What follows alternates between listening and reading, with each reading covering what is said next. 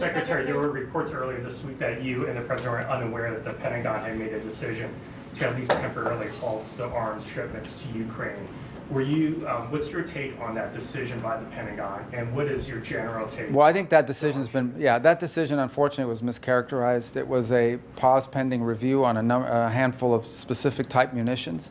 That, frankly, is something that is logical that you would do, especially after an extended engagement that we saw both in defense of Israel and in defense of our own bases.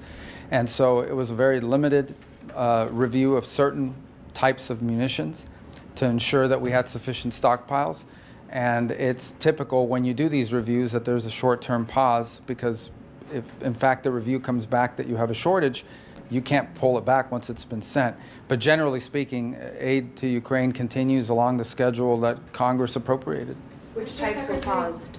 Huh? Which types of weapons were paused? Largely defensive in nature. Some were offensive. But again, the ones that were expended in recent conflicts in the Middle East. And again, not because there is a shortage, but because it's prudent to look at it and say, okay, do we have enough of these in our stockpiles for all of our obligations around the world, both in defense of our bases in the Middle East, but also our obligations to our Indo-Pacific partners and any other contingencies that might arise. But in the end, I would say that the overwhelming majority of defense of military aid that the United States provides Ukraine has never been paused and continues along the same schedules that it's been. I think there's a broader issue unrelated to the pause, and that involves the defense productive capabilities of the West, not just us, but of Europe. As an example, one of the things that the Ukrainians need is more Patriot batteries.